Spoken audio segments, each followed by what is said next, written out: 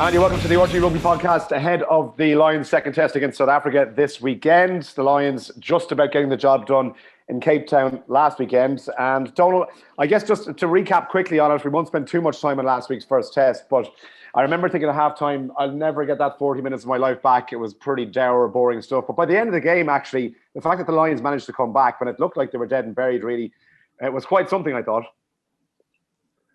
Yeah, look, it was a strange occasion, the whole thing. I mean, I was in the ground 2 hours beforehand. I mean, we've got to get PCR tested now. We get it the day before. The rules and regulations around the COVID are incredibly strict and rightly so. So it's amazing that the test series has been able to get to this stage, given all the issues that there have been. But I was at the first test in '97 in Durban. First test in 2009 first one in '97 was in Cape Town, 2009 Durban, and the atmosphere, just the buzz and the sea of red, and it's totally different this time. You come into an empty stadium. Even the Springboks you could see for the national anthem, they were quite emotional, but nobody there. Now that said, as you said, the first 40 minutes, I suppose, from a Lions perspective, you were quite worried because, I mean, the big question mark coming into the opening test is where exactly were the Springboks, because of all the issues that we spoke about last week. They actually hit the ground running quite well and dominant in the scrum. Their kicking game was far superior to the Lions. But to be fair to Gatland, I think they made adjustments at half time. We always felt their bench was going to be that bit stronger, and their kicking game improved immeasurably. Now, looking back at the game, and Rassie was quite animated and has been all week. Rassie and his alter ego. Yeah. Who? Well, Bernard might have an update on that. I mean, I was at the virtual press conference the other day that he denied it was him, but I think I don't know, something else seems to have come out now. But to me, it all smacks as if the Springboks are rattled.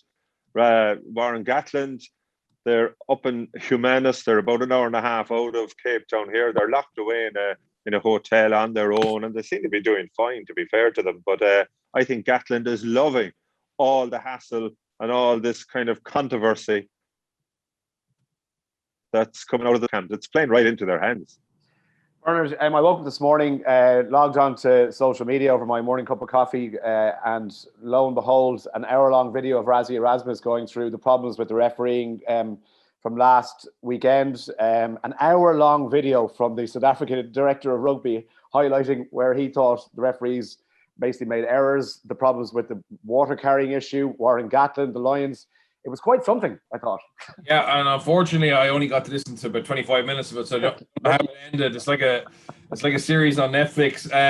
But yeah, it was fascinating, to be honest. Look at, he's trying to win the battle, and he's trying to highlight some inconsistencies in terms of how he feels the review process should happen. So he's blaming Warren Gatland for going to the media and speaking out, and the pressure they put on Marius Jonker.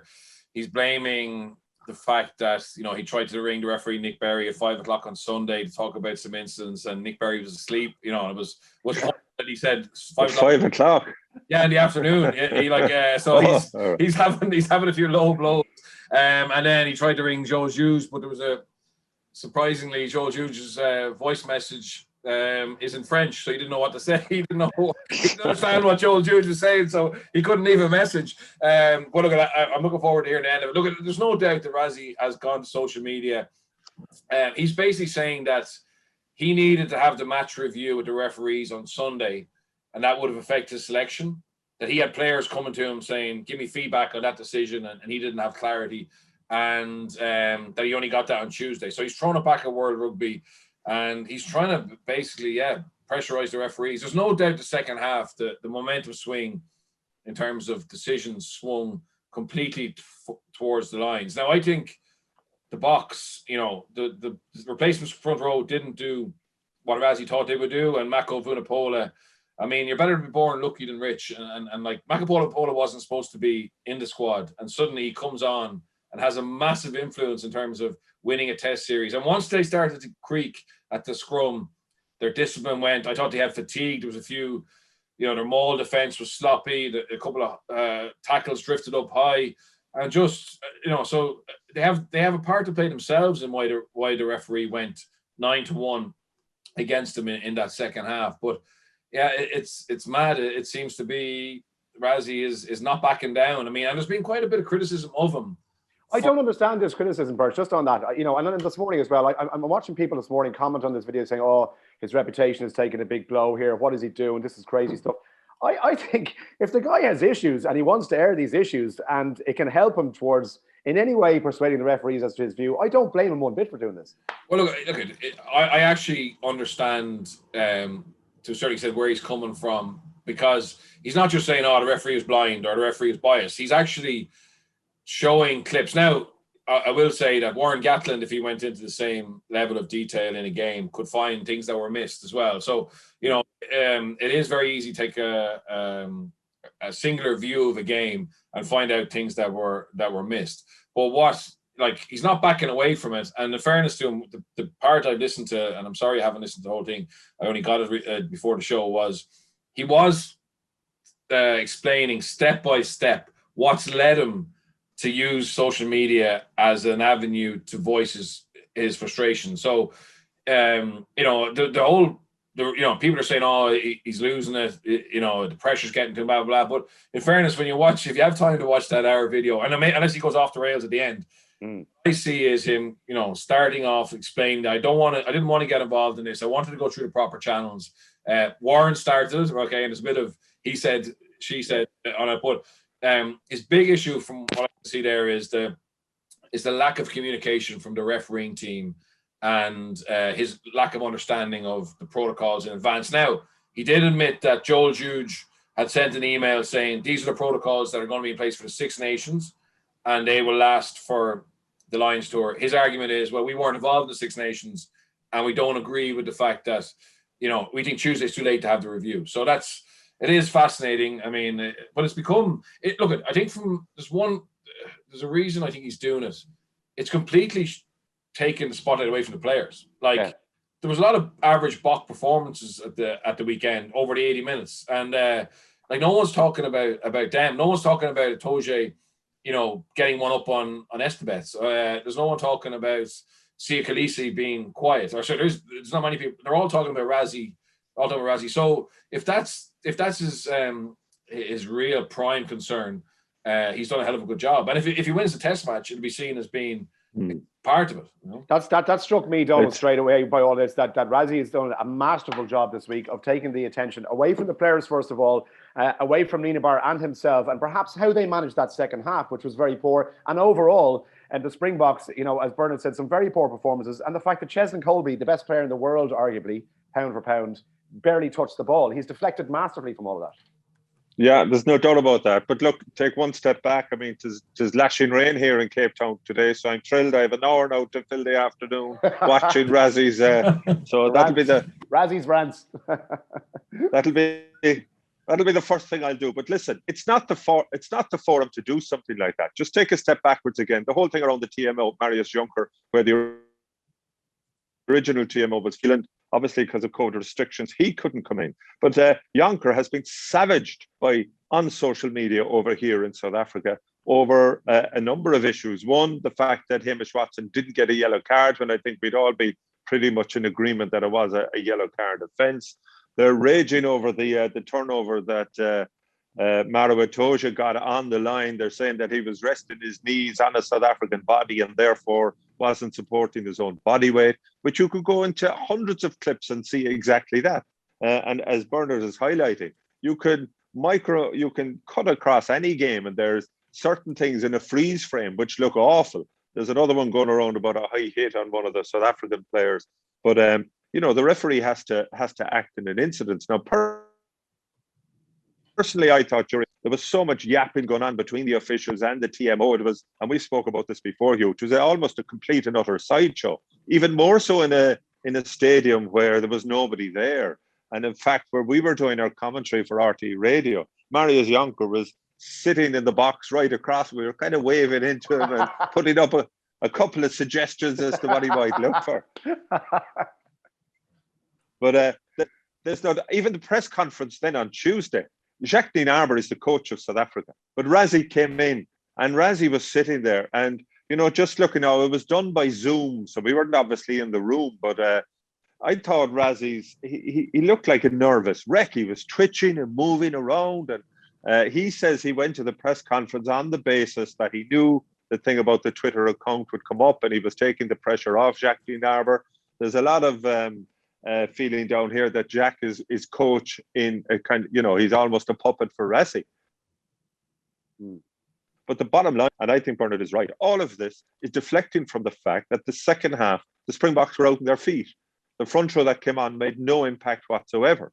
The penalty count, I thought was 8-2. Bert says 9-1. But either way, there was a massive shift one way or the other. I mean, the Lions, Tom Curry had conceded 3 penalties the opening 20 minutes. Elliot Daly another 2.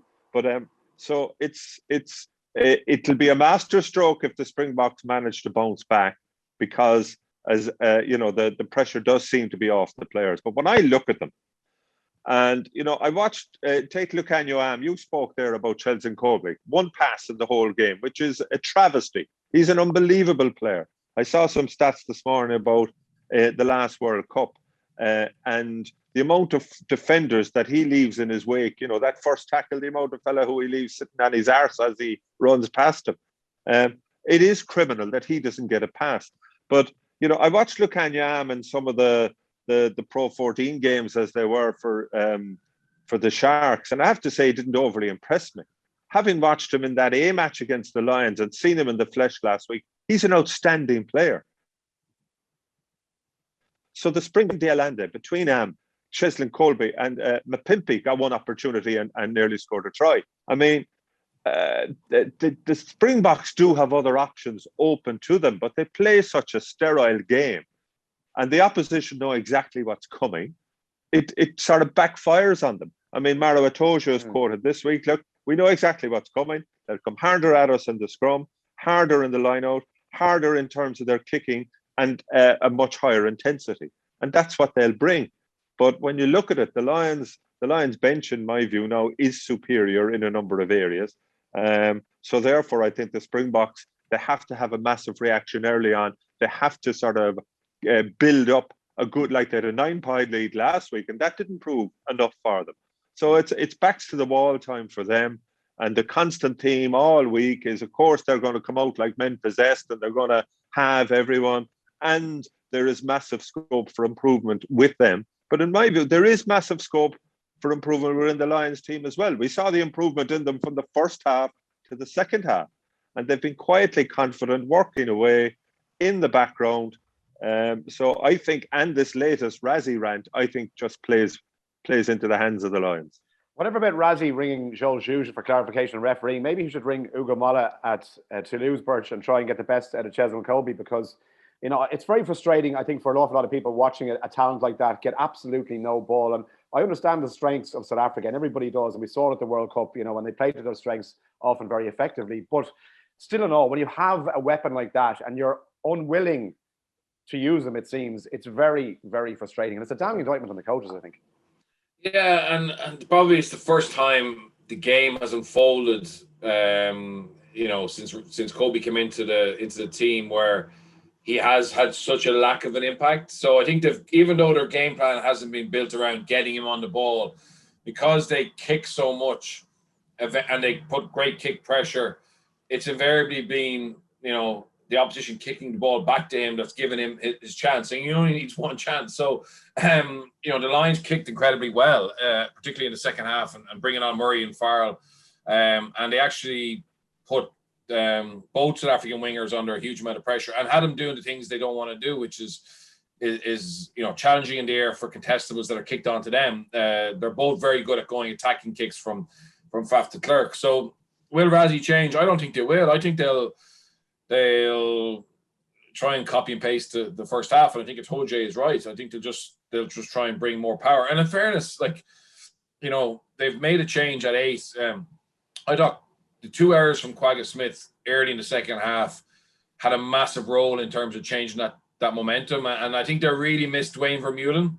And if you look back at the World Cup, when Dwayne played alongside Sia Khaleesi, one, he's very good in the backfield under high ball, okay? And that's both teams defend with their 8 in the backfield, and probably the Boks will regret not being able to, really test Jack Conan there. Their accuracy of kicking from Faffel Clark wasn't up to his usual standard, and Jack Conan had pretty much a free ride, whereas they would have tried to target him. And in the second half, the Lions managed to get after Quagga Smith in the backfield, and he had 2 key errors, and that was the end of the game. They're bringing in Jasper Wiese, who's a different type player, probably will be better there. But the big thing for me about Dwayne Vermeulen isn't just his ability on the field in terms of what he does with the ball.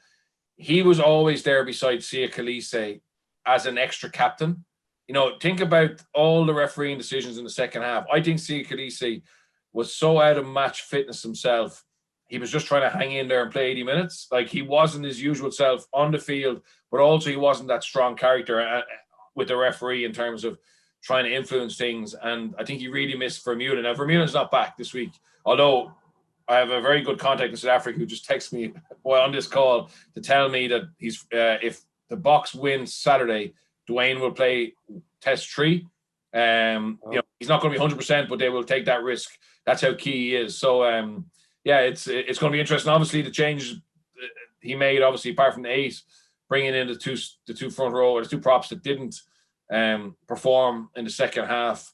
I do believe they are better props than the ones that started, and I think that's going to be a challenge for the Lions from the get-go.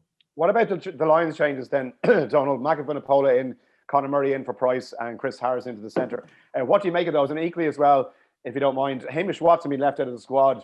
Is that punishment for what could have been a game-changing yellow card that didn't happen? Because I'm struggling to get my head around why you don't have somebody like Hamish Watson in your squad. Yeah, no, I think it's more to do, like, Gatland has always had a thing about Faletau, and I think he's very conscious of the fact that in the last 20 minutes, if the Lions are in the game, even within touching distance, a couple of points behind, the Boks, because of all the issues of COVID and because of loads of them not playing matches for so long, they do. I think the Lions are strong, and I think he feels that a bit of space opens up there, and he wants Faletau out in the wider channels. You go back to, was it 2017? He scored a brilliant try against New Zealand out in those wide channels. That's what he does. But look, that's I doubt if Hamish Watson would be sort of punished for the potential yellow card. I mean, if that was the case, I think you could see loads of other changes. No, but I think, you see, there's a fundamental issue at play here. You go back to the World Cup. The bomb squad, as they were called, the 6-2 split of the backs and the forwards, which they couldn't do last week, South Africa, because they had concerns about Andre Pollard had so little rugby, another key player. He wasn't going to finish 80 minutes. They're taking a chance, a huge chance. If Andre Pollard was to get injured in the first 10 minutes, I think that's the Springboks done and dusted. Do you know what I mean? They have Damien Willems as a fullback, a centre, who's played a little bit, about half, and they're talking about him covering there. But, even park that for a while. In the World Cup, the bomb squad, the 6 forwards were so good, they made a massive impact. But if you think about it, by definition, when you're up against a Lions squad, where you have 4 of the best nations coming together, then by definition, you have more strength and depth. So your bench is going to be, as a minimum, equally as good, but I would say even better. Yeah. So that's a plus. That's and one of the guys who was on that bench, of course, R.G. Snyman, with all his issues in Munster, he's not on there now. Lou Diager, the other second row, he came on last week. He made absolutely no impact. He hadn't played for the Sale Sharks since last March. So on top of that, they reckon Franz Malherbe, who starts now, they reckon he's about 10 kg heavier than he was at the World Cup. They have an issue on the bench now because basically they have 2 tight heads on the bench, in Nkane and Richard Koch. Now, it was very funny in the press conference. Somebody asked Jack Nienaber who's covering Loosehead, because obviously Oxenche is out of the squad. The Beast has retired since the World Cup. And he was kind of thinking about it at the time, and he says, Trevor played loosehead a couple of years. He was a loosehead before he went tighthead. And then Rassie threw, and then Vincent Koch can play loosehead as well. I mean, I found it fascinating. It was as if they hadn't even thought about this. So in an area where they blew away everybody in the World Cup off that bench, they don't have that advantage now, and they haven't moved on from those, from the way they play. So, that's why I still marginally go for the Lions, even though everybody's expecting this backlash and all that. I think really the Lions, they have it within them to get the job done. The other changes, midfield, I think was crying out. Elliot Daly hadn't started at international level in the centre since 2016. Just his lines of running were a bit off. Just the physical battle. I mean, that first hit from Lukanyam, 3 minutes into the game, mother of God. Yeah. I mean, had there been 55,000 people there at that stage, the place would have erupted. So, and to be fair, Harris has done well on the tour. I think Bundyaki is possibly a little bit unlucky. He might have had a go there. But I think it's all or nothing, because I could see if the Lions were to win this test, to win the series, I see Gatland turning around and making 7 or 8 changes next week and rewarding the fellas who've done well. And it has been an extraordinary tour. We've never seen anything like it, that they're away for 6 weeks, holed up in a hotel. So, I mean, it's been different in every way. But that's why I think, if the Lions were to close the series, you'd see a whole new team almost the following week. Just what's your sense, Don? Have you actually spoken to any of the players? I know they're in a bubble and stuff, so maybe you haven't been able to get anywhere near them. But even do you get a sense of, from being over there, that they are going out of their minds of boredom, or like, is there being enough done to occupy them? What's the social side of things like over there? The feedback has been quite good. I did get to speak to Jason Leonard, who's the manager, Ben Calvillet, after the match. And like, everybody was in great spirits now. Michael Corkin goes out to their hotel base, because we're rights holders for the radio. You get to do one-on-one interviews, albeit at a distance. So, I mean, he has met a lot of them. They seem to be very happy. I mean, to be fair, the Lions, there's a whole cohort. There's more backroom people in the Lions than I've ever seen before. But I mean, they have everything the players could want for. The team room is full of every game and everything. But like, it's, after a while, you must get bored. I mean, I think it's a shame. You're in this beautiful country. Like, they haven't seen Table Mountain. They haven't had an opportunity to go to Robben Island. The things that, that make your tour, the opportunity to go into schools and into the townships and see. I mean, this country, I think this is my 9th tour here, and it's swung from one way to the other. It's actually depressing now, the amount of crime. Like the townships, there's a township outside Cape Town, Kailisha. It is just mind-boggling what you see there. So, like, you still have this massive wealth on one side and unbelievable poverty on the other. It's amazing to think that the players will have been here for 5 or 6 weeks, but they'll have experienced nothing of it and seen nothing of it. Yeah, amazing. And as you say, not really what a Lions tour is all about. And Bernard, I just, before we kind of wrap it up and get your final thoughts, do you think South Africa have the potential to improve to such a degree to win the match this weekend? And in areas, I guess, if the power game, it becomes kind of obvious to Rassie Erasmus and Nina Bar after, say, 40 minutes, that the power game is just not going to work to the extent that they thought it was. We know they can play rugby. We know during the World Cup they can move the ball. They have a fantastic backline if they actually use them. Do you think that they will get the best out of the players that they do have out wide? No, I don't think they will. I genuinely think they're not going to change the plan.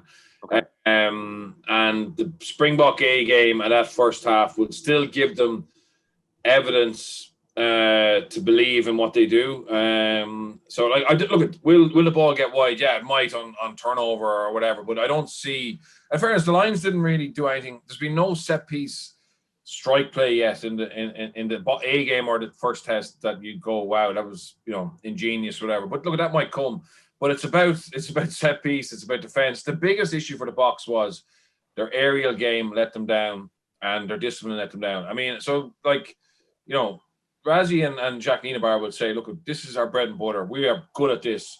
We just lost some balls in the air. We made a couple of poor technical impacts at maul time. We can stop this Lions maul. Like, they genuinely believe that we can continue to get dominance at scrum time, like we had in the first half. So I don't think so. And I think also they're going to be so shit scared of losing the series on Saturday. That's not the environment. Like, I think if Gatland had lost the first test, he would have had to throw caution to the wind and chase the game. And he may then have played, you know, with more abandon because you've nothing to lose. And I think the Boks, even though they need to win this game, they have a huge amount to lose, and they will actually get tighter and go back to type or stick with type more than the Lions were capable of doing. So yeah, it's going to be route one, and it's up to the Lions to be able to deal with it, because it will be more ferocious. The first 20 minutes will be more ferocious. I think the Lions were ready for it, having had that shock in the first test. And you know, they backed their fitness, and they had some great bench options to bring on. Mako, Connor, you know, Farrell, etc. And the Boks tired. Can the Boks last for 80 minutes this week? I think if they're ahead, yeah, they'll be able to hold on. But you know, they're not a good team chasing a lead, or not a good team chasing the result by taking a plan B on. Donal, before I let you go, I presume you woke up to the good news this morning. Paul O'Donovan and Fintan McCarthy flying the Cork flag at the Olympics with gold in the rowing this morning. Fantastic, wasn't it? Yeah, it was great. I went in to try and look it up on RTÉ. Unfortunately, the RTÉ player doesn't work out here in South Africa. But I got a little bit of it. Yeah, look, I mean, I met Paul O'Donovan once. He was the Cork Person of the Year after their silver medal 4 years ago. They're infectious, aren't they? I mean, I saw Claire. I watched Claire McNamara's interview of the two of them after the game, and you could see poor old Claire was they were like a fella who kind of won a junior B match in West Cork on a Sunday afternoon, and we'll stop on the way home, we'll have a few points. I mean, and you know, when you look, I mean, you have that the famous gymnast from America who's Joan Biles, and you know, you see the effect of the stress and the expectation levels on athletes at the top of their game, you know, how it can impact on people. These guys just make it look like a breeze. And I think that attitude, it's, you know, if you could bottle that and bring it into, I'd say if Rassie had that, the Springboks might be a lot more relaxed, and they might have a far better chance of winning at the weekend. Finally, I think if you think the first 40 minutes last Saturday was boring, I think you can expect another kick fest and even more this weekend. But look, I think it's fascinating. I'm really looking forward to it. I think the Lions can close it out, but if that Springboks get the edge, and you know, it is backs to the wall stuff, it'll be fascinating. Must say, really looking forward to it. Strap yourselves in. We're in for one hell of a ride. Enjoy the hour-long Rassie video this afternoon, Donal, during the rain there. We'll talk to you next week and enjoy the test. Thanks, Birch. Thanks, Donal.